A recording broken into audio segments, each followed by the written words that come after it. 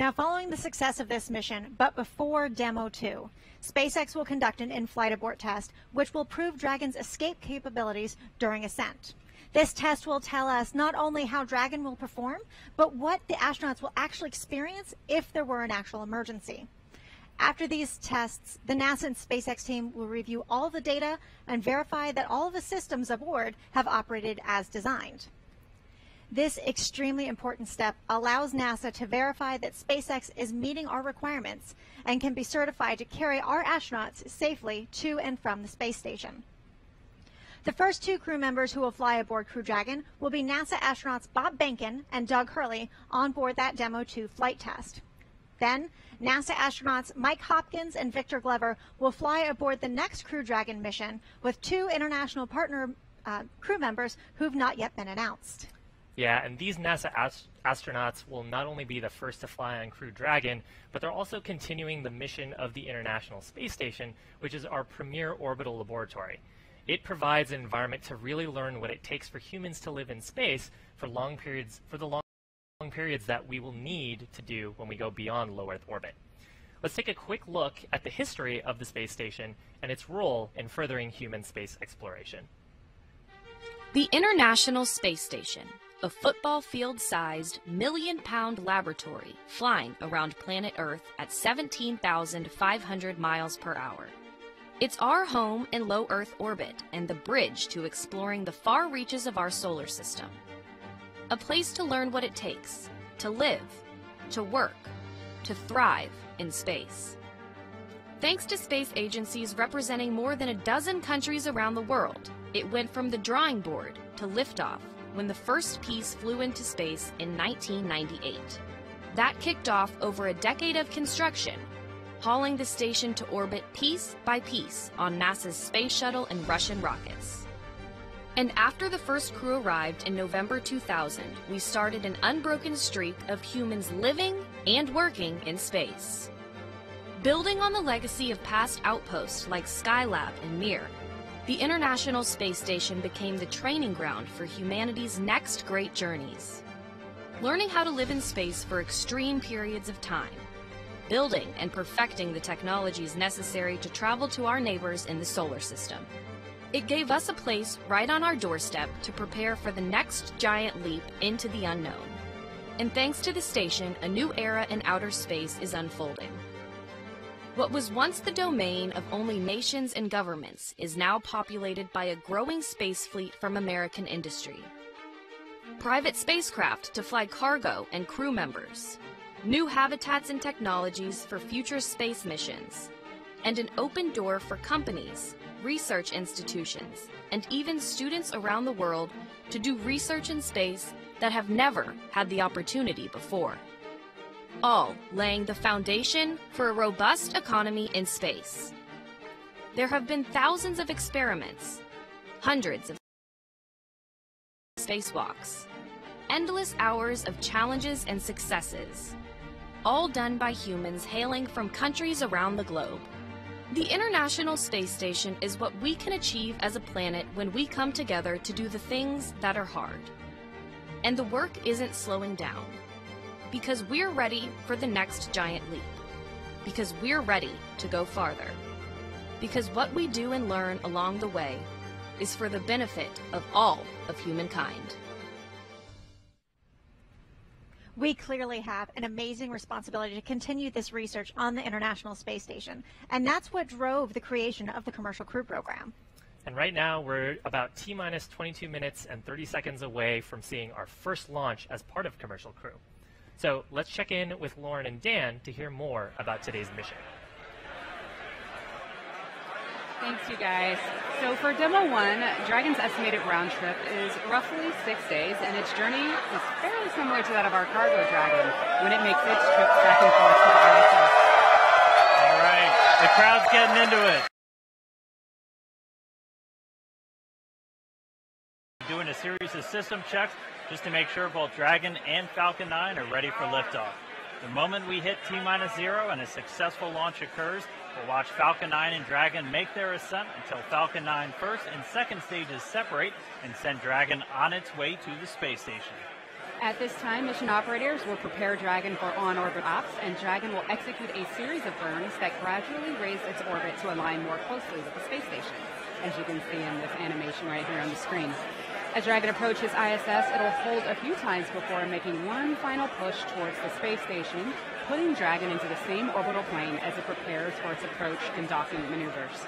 And then next, Dragon will make its approach and actually dock with the space station. This is going to be a very different process from what we've seen with Dragon cargo deliveries in the past.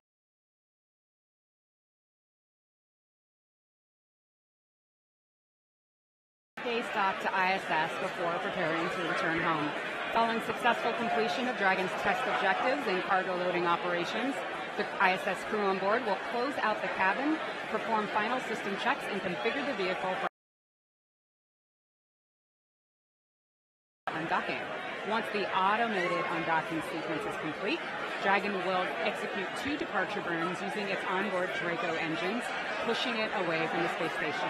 And then next on its trip home is deorbit, entry, and splashdown, and that's going to cover all operations following the final departure maneuver, including the trunk separation, closure of the nose cone, a deorbit burn, deployment of the drogue and main parachutes, and then finally splashdown, at which point teams from SpaceX will move in and recover Dragon from the water.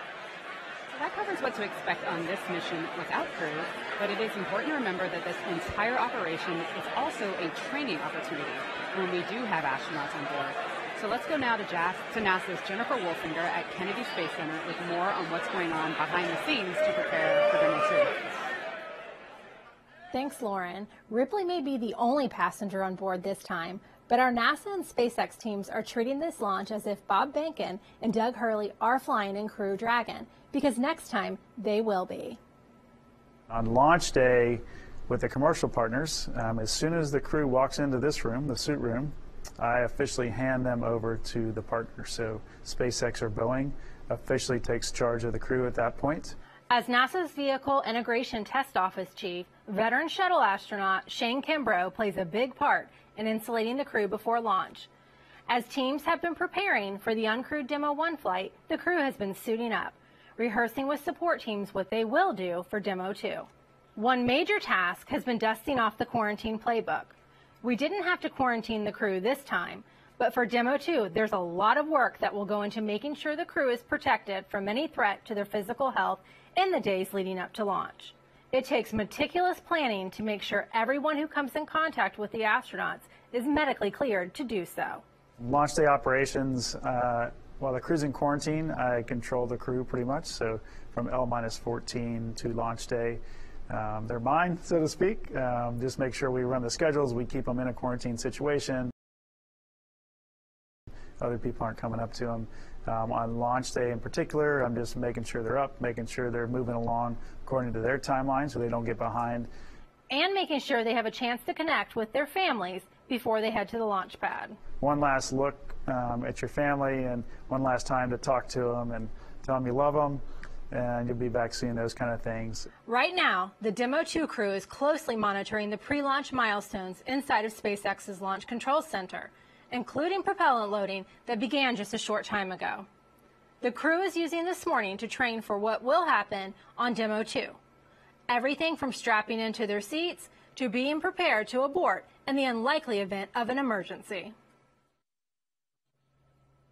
These kinds of rehearsals are not new to the test teams, but this morning's uncrewed launch is more than just a simulation. It's their first chance to practice the real thing. We've touched on all the preparation leading to this moment. Now let's talk about where the crew is heading, the International Space Station. Joining me to discuss this is David Brady. He's a scientist with the International Space Station program. Thank you for joining us. Oh, you're welcome, Jennifer. Our viewers have been submitting questions on social media.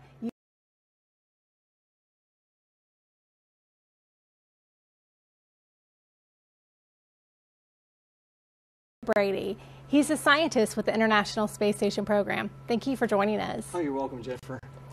Our viewers have been submitting questions on social media using the hashtag AskNASA. Let's check them out. Okay. At FlipFlopLife83 says, I can't imagine life without the science you guys accomplished up there. Do you think that this will help prolong space station missions? Oh, absolutely. And it's so exciting to see the folks involved in this are out there. They're so interested in the science because, after all, we're all here to celebrate the how, but we need to talk a little bit about the why. And the why is that Space Station exists as a world-class facility to do research in space. So we're hoping that our CCP capability is going to double the amount of research that we can do in terms of time. Now, you might ask, how can you double the amount of research by adding one crew member? Well, as you know, the crew spends a lot of time maintaining the vehicle.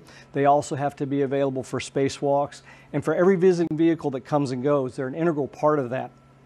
Once all that is covered, adding an additional crew member should provide the capacity to do nothing additional other than research. So we're very excited at the capacity to do that because we're looking forward to even more discoveries, enabling more exploration, discovering things that will help commercial companies, and also benefiting people on Earth. It's so exciting. Oh yeah, it's really cool. Let's see what our next question is.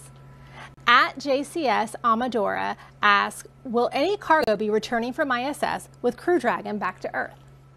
And we're expecting to be able to fly up about 200 pounds of cargo and also fly back 100 pounds of cargo, which may not seem like a whole lot, but one of the things that it'll be useful for in the research area is that, for example, we do a lot of life science research, and that life science research is dependent on biological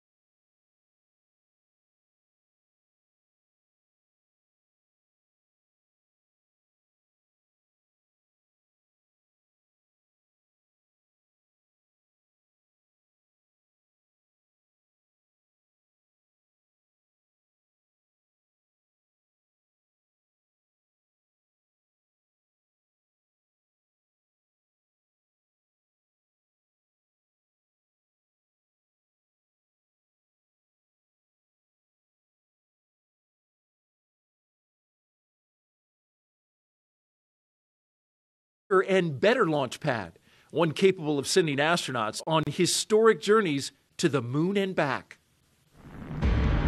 To get there, that new pad needed to be capable of launching the most powerful rocket of its time, the mighty Saturn V. And so, in 1962, NASA began building the answer, Launch Complex 39A. At the bottom, a flame trench 1.5 football fields long. And above it, a launch tower connecting to a new concept at the time, mobilized launch platforms. With highly explosive rocket fuel nearby, an emergency escape system was added. NASA engineers designed a high-speed elevator and a 200-foot-long escape tube down to a blast-resistant bunker 40 feet underground. In November of 1967, NASA launched the first successful test flight of an unmanned Saturn V rocket from Pad 39A. Historic missions to the moon followed, and another pad, 39B, was added. Decades later, 39A and B were modified to support the Space Shuttle program. When liftoff, the final liftoff of Atlantis. From the 1980s all the way to the last launch in July of 2011. After that, the pads went dark. 3 years later, Pad 39A got a new lease on life. You see, NASA no longer needed 2 launch pads, so they upgraded it, and in 2014, SpaceX signed a 20-year lease agreement to launch their own rockets from here, as well as astronauts. And they'll be lifting off from the exact same place that Shuttle and Apollo astronauts once did. First, SpaceX needed to upgrade the pad. The massive rotating service structure used to load cargo into the Space Shuttle was removed. In the most recent addition, a new crew access arm, a modernized steel and aluminum structure so NASA astronauts can bridge the distance between the launch tower and the Dragon crew capsule. Just under 6 years after the last Space Shuttle launch, fire and smoke returned to 39A when SpaceX launched NASA's 10th cargo resupply mission to the International Space Station. And a year later, SpaceX showed off the pad's versatility launching a triple-boostered Falcon Heavy rocket on a test flight. And that helped propel the number of launches here over the century mark, and more are planned. NASA and SpaceX have a contract to send astronauts to the International Space Station a half dozen times, and they're going to do it from right here at Pad 39A. And the entire SpaceX team is truly honored that we're going to be launching astronauts again from Pad 39A. At a little over 11 minutes, let's go back to this team at SpaceX headquarters in Hawthorne for an update. Thanks, you guys. So SpaceX has been flying Cargo Dragons. Everybody's super excited. SpaceX has been flying Cargo Dragons since 2010, but in order to transport crew, we have to make some key upgrades to the vehicle. So in a second here, we'll get an image of the inside of Dragon. All right, so some of the easiest to spot differences between Crew Dragon and Cargo Dragon. First, notice these white composite panels. Those are there to close out the crew's habitable cabin space from the spacecraft's primary structure, as well as the components behind those panels that the crew does not need to access. Another very noticeable interior change is that we've added carbon fiber seats, which are custom sized for each crew member. Crew Dragon can fit up to 7 astronauts, but our first crewed flight will have 2 astronauts, followed by operational missions, which will carry 4, each of them wearing a SpaceX-designed spacesuit. And as you can also see in the video, there's also a touchscreen control panel. While Dragon is fully autonomous, we have added this for redundancy so that the crew can navigate the spacecraft manually in the event of an emergency. And those NASA astronauts have been working with SpaceX from early on to provide input into Crew Dragon's design. And right now they're finishing their training on all of the features of the spacecraft and the spacesuit using simulators and other exercises in advance of that first crewed mission. And just like the seats, the spacesuit is individually fitted for each astronaut. It's designed to completely protect them from the vacuum environment of space. While the spacecraft obviously is the primary means of protecting those astronauts, the suit can act as a critical backup in the case of an emergency. And one final interesting point of distinction for Crew Dragon is once again we have windows on the spacecraft, so the crew can look out into space during the flight, providing not only cool views, but also helping them to view the station and orient Dragon during manual piloting. Now let's not forget about Falcon 9. The design of our rocket is just as critical to the Demo 1 mission as is the spacecraft. We have been launching Falcon 9 since 2010 to carry Cargo Dragon, as well as customer satellites inside of our fairing. But the rocket was built from the very beginning with the ultimate goal of carrying people in mind. Its simple 2-stage configuration minimizes separation events, and with 9 first-stage Merlin engines, Falcon 9 can successfully complete its mission even in the event of an engine shutdown. Both F9 and Dragon are designed to be reusable, and SpaceX has reflown 6 Dragons and 19 first-stage boosters to date. And as mentioned, following today's launch, we will attempt to land the Falcon 9 back on our drone ships in the Atlantic Ocean so that it can be used on a future flight. And SpaceX also intends to reuse this Dragon. Its mission's already set to be the in-flight abort test taking place later this year ahead of Demo 2. Now, though, since we're under 9 minutes, let's check back in with Tom on the status of today's launch. Thanks, guys. We are at 8 minutes and 30 seconds until launch. The excitement here at SpaceX headquarters is palpable. Just a quick update on the status of the rocket and the Dragon. The Stage 1 and Stage 2 are almost fully fueled with both RP-1 and oxidizer. The range is good to go. We are monitoring the weather's all looking good to go for launch. No issues with upper level winds or ground level winds or any lightning. The weather's actually looking really good at the Cape. As John Ensperger always says, the weather is the one thing that everyone talks about, but the one thing that we can't control. Thankfully, it's looking good for launch today. We're continuing to monitor, but we are going to go over to Kennedy Space Center and see how the space station team is doing with Gary Jordan. How's it going over there, Gary? Hey Tom, welcome to Mission Control Houston. Right here, the teams behind me are looking after the systems of the International Space Station, which is, of course, the ultimate destination of Dragon launching today. Over the next day, we'll be monitoring Dragon through its approach to the International Space Station, and that's when things will really start to pick up when it's just a few kilometers away. 3 crew members on board the International Space Station right now, NASA's Anne McClain, David St. Jacques of the Canadian Space Agency, and Oleg Kononenko of Roscosmos. Really, over the past week, they've been reviewing a lot of procedures for the docking operations and the ingress operations. That's when they actually enter the vehicle. Today, they don't really have much going on, bit of an off-duty day because tomorrow that's when they execute all of these procedures, just over a day from now when Dragon docks to the International Space Station scheduled at 6 a.m. Eastern Time. This is a great time, a blast from the past. The last time that a vehicle docked to this part of the station was the Space Shuttle back in 2011. Again, our job really picks up when Dragon is just a few kilometers away from now.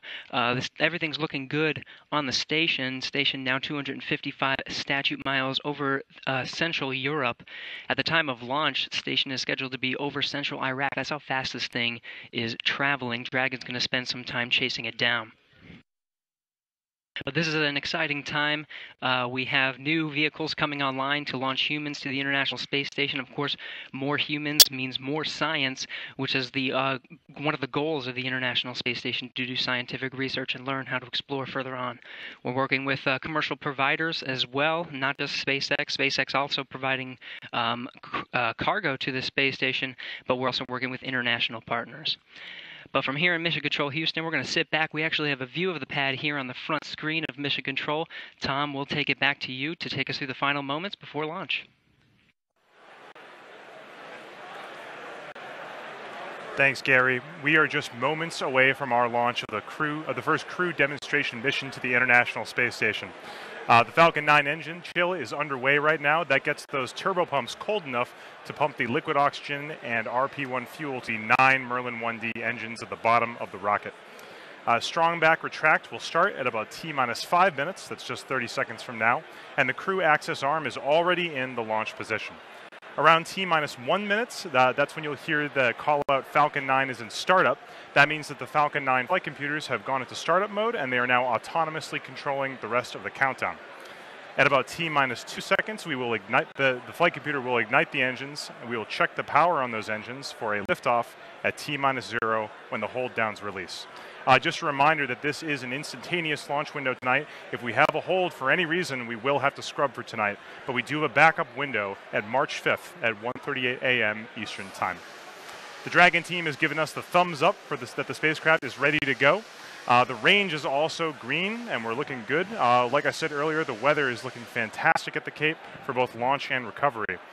With just about 4 minutes and 30 seconds left before liftoff, let's listen into the final countdown on the launch nets.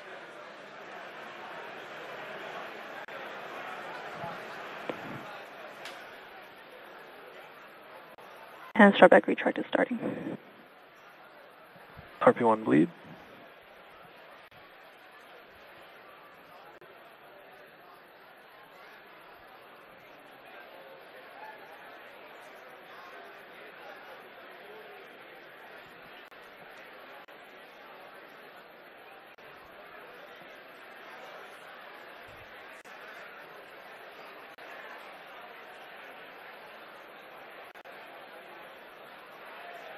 Stage 2 cradle arms are open.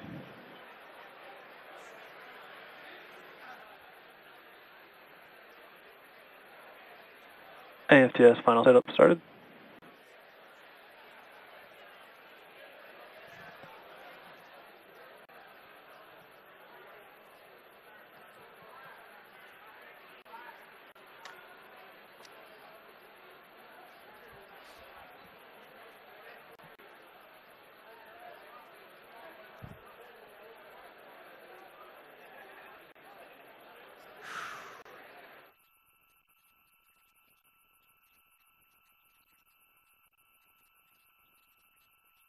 MVAC igniter purges.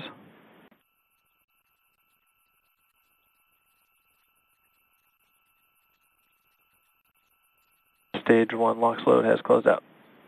Strong backside retract angle of 88.3 degrees.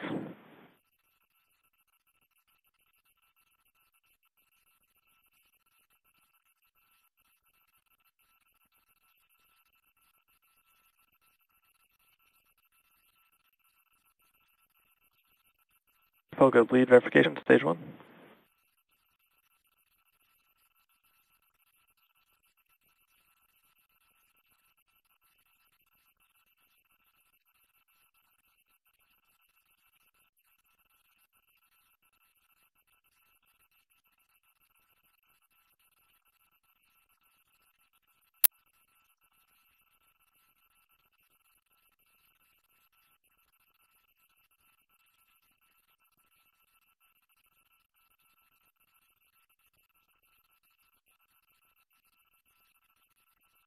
Dragon chill water closeout. Stage 2 LOX load closing out.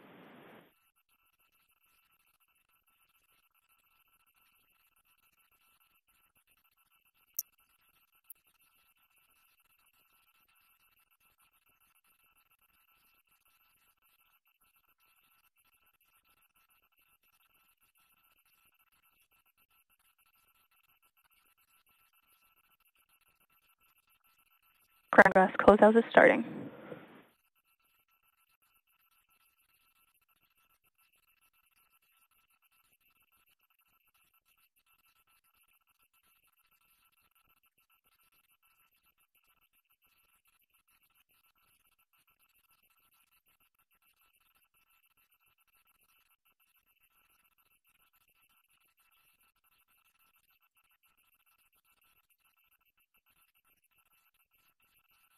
Falcon 9 is in startup. Ground gas closeout is complete.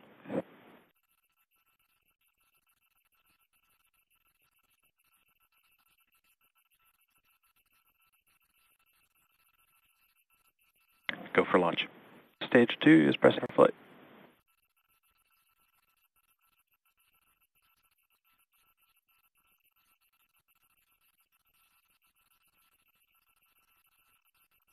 T-minus 30 seconds.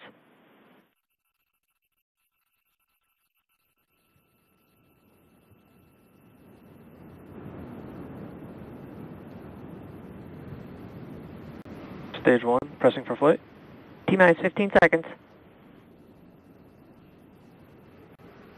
10, 9, 8, 7, 6, 5, 4, 3, 2, 1, 0.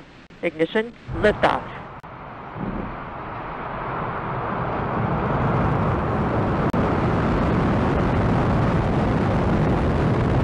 Vehicle is pitching downrange.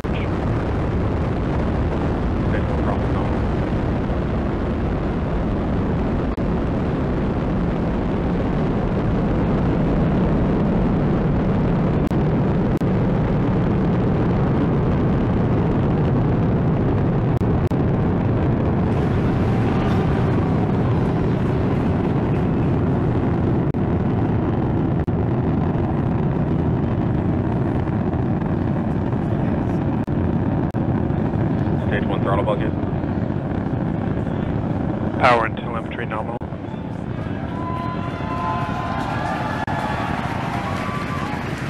For those of you just joining us, you are watching a live view of the Falcon 9 rocket as it ascends through the atmosphere carrying the SpaceX Dragon 2 capsule to Vehicle orbit. is supersonic. The vehicle just passed through max Q, which is the point of maximum aerodynamic pressure on the vehicle. As you can hear in the background, the excitement at SpaceX headquarters is unbelievable here. Stage 1 throttle Vehicle up. is passing through max Q. You heard that call out from Max Q on the nets. The Falcon 9 actually throttles down its 9 Merlin engines to reduce aerodynamic loads on the vehicle. It is now throttling those engines back up.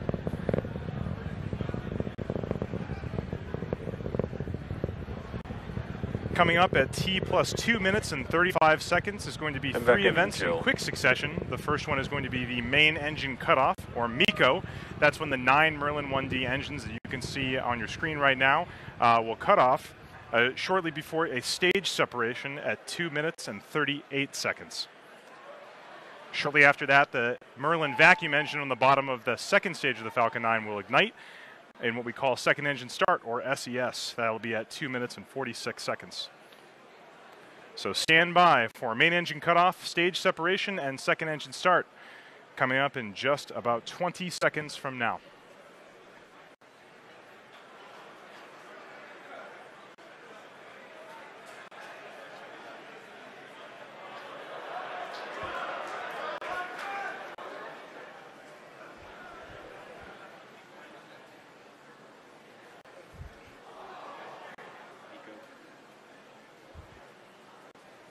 Stage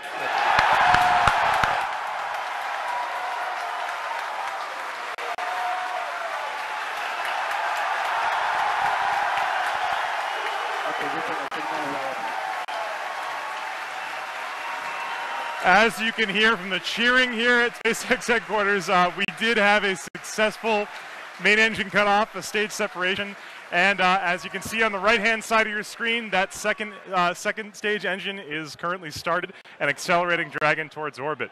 On the left-hand side of your screen, that is a view from the first stage as it makes its way back down towards the Earth. Let's go down to Lauren and Dan for updates on that first stage recovery. All right, so as you can just see, we lifted off. We had an awesome liftoff of stage 1, and stage 2 is burning beautifully. Stage 1 also has a secondary mission that it is performing right now, which is getting ready to come back to the drone ship and land. So stage 1 is going to execute 2 burns before landing on the drone ship. The first is the entry burn start, which is starting at T plus 7 minutes and 48 seconds approximately. That's where 3 of the M1D engines will reignite. And what that burn does is it slows down stage 1 as it re-enters the upper parts of the Earth's atmosphere. If we didn't do that, that aerodynamic re-entry heating, the aero heating would heat up stage 1 and it would potentially break it apart. So we got to slow it down. From there, stage 1 is going to coast its way back down using those grid fins to help steer it, and then it'll execute the landing burn. That's going to happen at T plus 9 minutes and 24 seconds. That's where we're going to reignite that center E9 engine to hopefully bring stage 1 down to a beautiful stop right on the drone ship. That's right, and while all that's happening, the second stage, which you can see glowing bright here, continuing to power Dragon, it's going to continue burning until just about 9 minutes after launch. So at 8 minutes and 59 seconds is where it's targeted to cut off. Down to a single engine, but that one providing a little over 200,000 pounds of thrust to carry Dragon through the upper parts of Earth's atmosphere. Not as much resistance to fight against once you're up this high. And it's going to get Dragon into that initial orbit, and it's still going to be a couple hundred kilometers beneath the station, and then it'll be turned over to thrusters on Dragon once it separates from that second stage to then begin the chase down of the orbiting laboratory. But 5 minutes, 11 seconds and counting past launch. All the calls so far indicating nominal performance. So we're continuing to see great stuff so far from both stages of Falcon 9. Okay, we're hearing that MVAC is performing nominally. It's looking good on power. Temperatures are good. And stage 1 continues to come back nominally. And look over there on the left on your screen, you see that picture of Ripley in that 0G indicator. That's right. Keep an eye out as long as we have the view. As soon as Dragon's separated and it's essentially then in its free flight mode, you're going to see that little planet Earth start to float up. So keep an eye out once we separate Dragon in just a couple of minutes from now. 6 minutes past launch.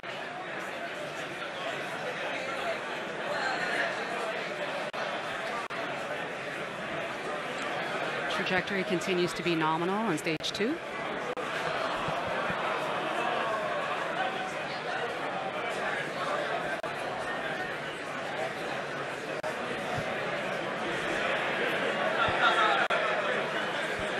Still have about 2.5 more minutes left of this burn, at which point MVAC will shut down. We're just under a minute away from that entry burn on stage 1 that I mentioned before.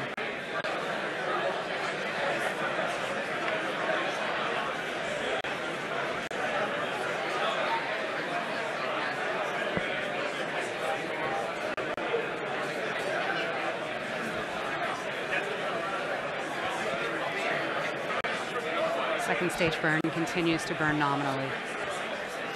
All right, we're over 7 minutes since that liftoff. Feels like it was 30 seconds ago. Continuing to carry Dragon up. It's going to make it to that initial orbit after it separates. The separation coming about a minute after that second stage cutoff. Stage 2 propellant tank pressures are looking good. The burn continues to be healthy.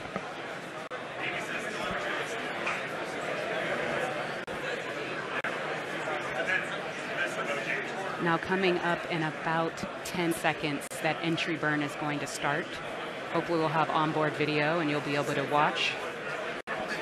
Let's listen in on the call-outs. Stage 1 FTS is safe. Stage 1 entry burn has started. Look at that plume. Switch 3 M1D engines reigniting. Burn is going to continue on for about another 18 or so seconds.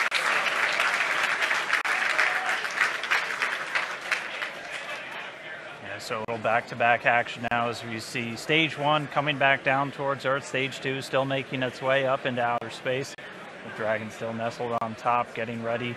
Stage 1, entry burn, shut them. And there's the end of that stage 1 shutdown. Okay, so stage 1 is going to continue to coast its way down using those grid fins for attitude control and steering. Next and in just under a minute. Ah, that's right. It's coming up in about 10 seconds.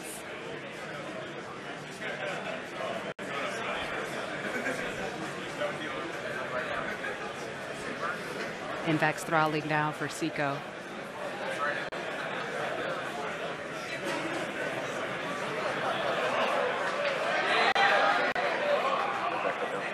Stage 1 is transonic. And we have had a successful shutdown. Invex. All right. Stage 1 landing burn is supposed to start. At the start of that burn, stage 1 will be traveling at 275 meters per second. That single engine burn is going to bring that from 275 to 0. We did just hear that stage 1 landing burn has started.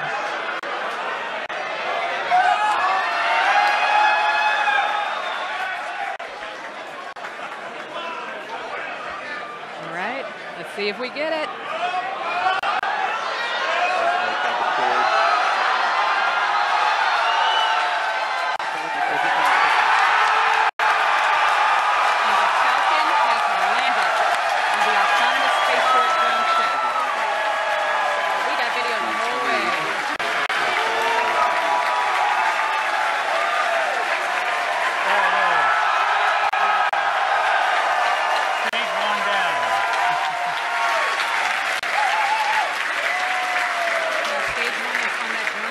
About 500 kilometers away from where it launched from. The vehicle will now undergo its safing procedures, and the recovery team will make sure it's strapped down and it'll make its way back to Earth. Or sorry, back to Cape Canaveral. It's already on. So there's still a lot more to go here. We have Dragon separation coming up. Let's go back to Tom Perderio to cover that next big milestone. Wow, what a landing. Coming up very shortly in just about 20 seconds here, the Dragon spacecraft is going to be separating from the top of the Falcon 9 rocket. Separation should be occurring around 11 minutes and 5 seconds, just about now. Let's wait for confirmation. Dragon, separation confirmed.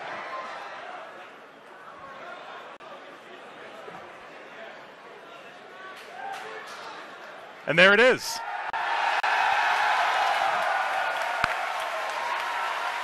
You're looking at a view from the top of the second stage of the Falcon 9 rocket. And hard to make out in the shadow of the Earth, but that is the Dragon 2 spacecraft flying in space for the first time after a successful separation. This is a great day for everyone here at SpaceX and NASA. Let's go back over to Gary Johnson and see how they're handling it over there. It's kind of crazy over here. How is it over there, Gary?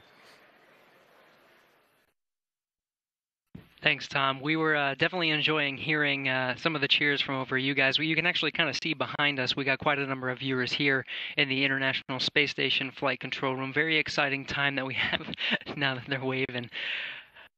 So this is, for us here in Mission Control Houston, this is just the beginning. Now that Dragon is in orbit, we have just over a day until Dragon's scheduled to be docked to the International Space Station. There's a lot of milestones to get through. The crew have been, again, reviewing their procedures, getting ready for some of those moments, again, monitoring the approach and even performing some commands while the Dragon is close enough. But again, there's a lot of work to do. We have docking scheduled for 6 a.m. tomorrow. We'll continue to monitor Dragon during that time. In the meantime, we'll toss to Lauren and Dan to witness some of these final milestones of Dragon now that it is in orbit. Back to you. Thank you, Gary. Now for a typical CRS mission right about now, we'll be away